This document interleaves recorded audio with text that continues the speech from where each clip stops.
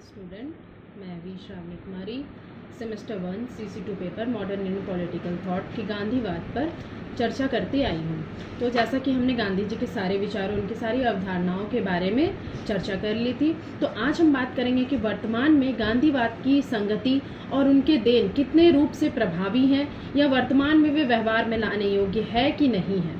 तो चलिए बात करते हैं आज हम कि वर्तमान परिस्थिति में गांधीवाद की कैसी व्यवहारिकता है। लॉर्ड बॉयड आर के अनुसार मेरे विचार से अब वह समय आ गया है जब गांधी जी द्वारा प्रतिपादित सिद्धांतों को विश्वव्यापी स्तर पर व्यवहार में लाना चाहिए। इनका प्रयोग अवश्य करना चाहिए। इसका प्रयोग अवश्य किया जाएगा क्योंकि जनता यह अनुभव करती है कि इसके सिवाय विनाश से बचने की कोई आशा नहीं है। लॉर्ड बॉयड आर के अनुसार गांधीवाद जो है वो संगत है, यानी वे गांधीवाद के पक्ष में थे। उनको लगता था कि विश्व राजनीति को युद्ध से बचाने का यही एकमात्र उपाय है। गांधी जी राजनीति को धर्म से ओतप्रोत करते हैं, जिससे राजनीति भी स्वार्थ रहित और लोभ रहित होगी, बेकारी की समस्या का निदान होगा, मानवों का नैतिक कल्याण होगा। गांधी जी ने जो अहिंसा का मार्ग अपनाया उससे मानवों का नैतिकता का कल्याण होगा और कुटीर उद्योगों उन सबों को भी बढ़ावा मिलेगा। जो बेकारी की समस्या है वो भी दूर होगी, भुखमरी की समस्या भी दूर होगी। अतः लॉर्ड बॉयड के अनुसार गांधीवाद जो है असंगत नहीं है, यानी कि गांधीवाद संगत है। यह एक शाश्वत दर्शन है और इसको व्यवहार में लाया जा सकता था। ये थे लॉर्ड बॉयड आर के अनुसार वर्तमान परिस्थिति में गांधीवाद को व्यवहार में लाया जा सकना संभव है या नहीं है, ये उनके विचार थे। परंतु कई आलोचकों ने गांधीवाद की आलोचना भी की है। सबसे पहले उनकी आलोचना है कि गांधीवाद मौलिक दर्शन नहीं है। आलोचकों का मानना है कि ये मौलिक दर्शन नहीं होकर भानुमति का कुंभा है। इनमें उदारवाद, समाजवाद, व्यक्तिवाद, अराजकतावाद आदि सभी तत्वों को शामिल कर दिया गया, यानी मिला दिया गया। इसलिए ये सिर्फ भानुमति का कुंभा है, ये कोई मौलिक दर्शन नहीं है। दूसरा है कि गांधीवाद जो है पूंजीवाद का समर्थन करता है। आलोचकों का कहना है कि गांधी जी जो थे वो संपत्ति और पूंजी के समर्थक थे। वे जिस ट्रस्टीशिप सिद्धांत पर जोर देते हैं कि पूंजीपति स्वेच्छा से अपने धनों को समाज के हितों में लगा देंगे या समाज की वे धरोहर मानेंगे, वे जितना धन चाहिए वे बस उतना ही यूज करेंगे, अतिरिक्त धन को वे उद्योग धंधों में लगा करके जनता को उसमें रोजगार देंगे और वे दूसरों के लिए यानी कि समाज के हित के लिए वे कार्य करेंगे। तो ये कभी भी पूरा हो ही नहीं सकता है, क्योंकि वर्तमान समय में कौन ऐसा है जो ये करना चाहेगा? कोई भी नहीं। सभी को अपने लाभ की चिंता है और इस तरह की ट्रस्टीशिप का सिद्धांत जो है ये सिर्फ पूंजीपतियों के पूंजियों की रक्षा करने का ही एकमात्र साधन बनकर रह जाता है। इसका उपभोग करने के रास्ते में यह सिद्धांत कार्य नहीं करता, यह सिर्फ पूंजीपतियों की पूंजियों की रक्षा करता है। तीसरा है कि राज्य का जो विरोध है, गांधी जी ने जो राज्य का विरोध किया वह अनुचित है। गांधी जी ने जो राज्य विहीन समाज की कल्पना की थी वह उचित नहीं है। वे राज्य का आधार हिंसा को बताते हैं, परंतु वर्तमान समय में अभी के टाइम में राज्य के द्वारा ही लोगों के कल्याण का कार्य किया जा रहा है और राज्य को समाप्त करना उचित नहीं है, क्योंकि वर्तमान में राज्य विहीन समाज की स्थापना असंभव है। उसके बाद है विरोधाभास। गांधीवाद जो है अस्पष्ट एवं विरोधाभासी दर्शन है, ऐसा आलोचकों का मानना है। एक तरफ गांधी जी राज्य को हिंसात्मक बताकर उसे स्वीकार नहीं करते और दूसरी तरफ वे ही कहते हैं कि राज्य की शक्ति को न्यूनतम कर दिया जाए, सत्ता का केंद्रीकरण कर दिया जाए, यानी ग्राम पंचायत के हाथ में सत्ता को सौंप दी जाए, यानी कि गांव का कार्य जो है सारा कार्य वो ग्राम पंचायत की मर्जी से हो, वे उनका कार्यभार संभाले और व्यक्तियों की स्वतंत्रता, समानता जैसे अधिकार उन्हें समाज में दिए जाएं।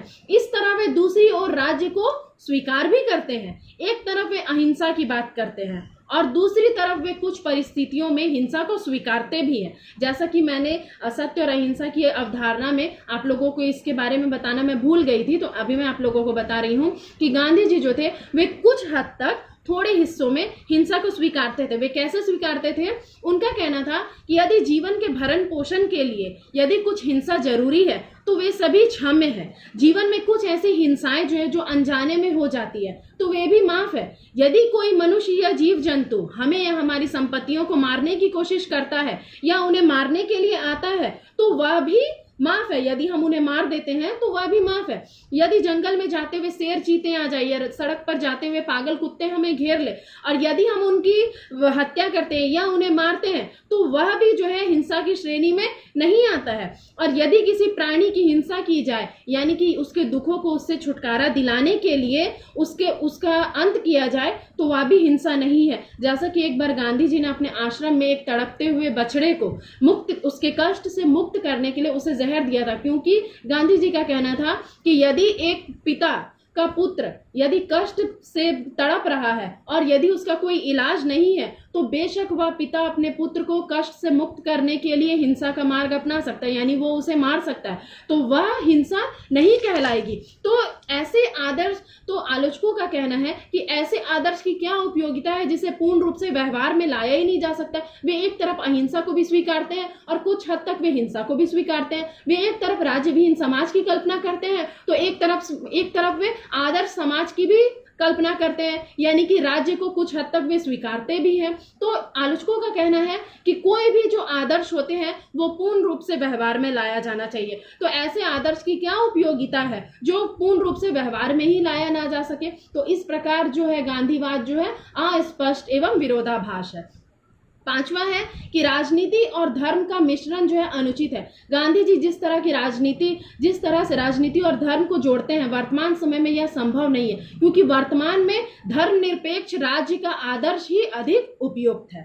उसके बाद छठवां पॉइंट है सत्याग्रह का गलत प्रयोग।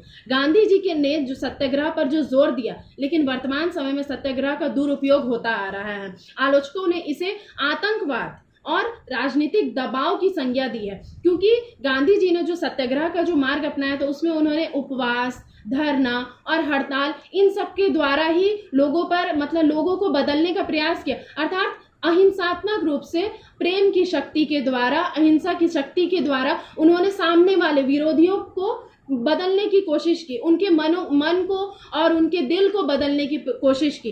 तो इस तरह से कहा जा सकता है यदि सत्याग्रह में जो सत्य के आधार पर विरोधियों को विरोध किया जाता है, प्रेम तथा अहिंसा के आधार पर सामने वाले का मन परिवर्तन किया जाता है और इसके लिए यदि उपवास, धरना, हड़ताल का मार्ग अपनाया जाता है, तो आज राजनीति में लोग अपनी बात को मनवाने के लिए इसी का सहारा ले रहे हैं। वे राजनीति सरकार पर दबाव डालने के लिए हड़ताल, धरना, यही सब का सहारा लेते हैं। तो इस तरीके से कानून और व्यवस्था पर जो है गलत असर पड़ता है। तो आलोचकों का कहना है कि उस सत्याग्रह का वर्तमान समय में गलत प्रयोग किया जा रहा है।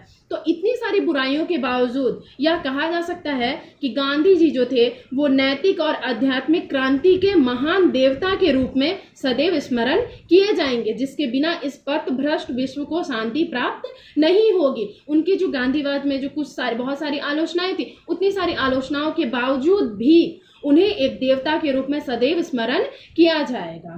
तो ये थे गांधीवाद जो वर्तमान समय में किस हद तक संगत है या नहीं है, इसे व्यवहार में लाया जा सकता है या नहीं लाया जा सकता है। तो आज गांधीवाद जो चैप्टर है यहीं पर मैं समाप्त होता है और इसके अगले वीडियो में मैं गांधीवाद से रिलेटेड जितने सारे इंपॉर्टेंट क्वेश्चन है वो मैं आप लोगों को बताऊंगी। धन्यवाद।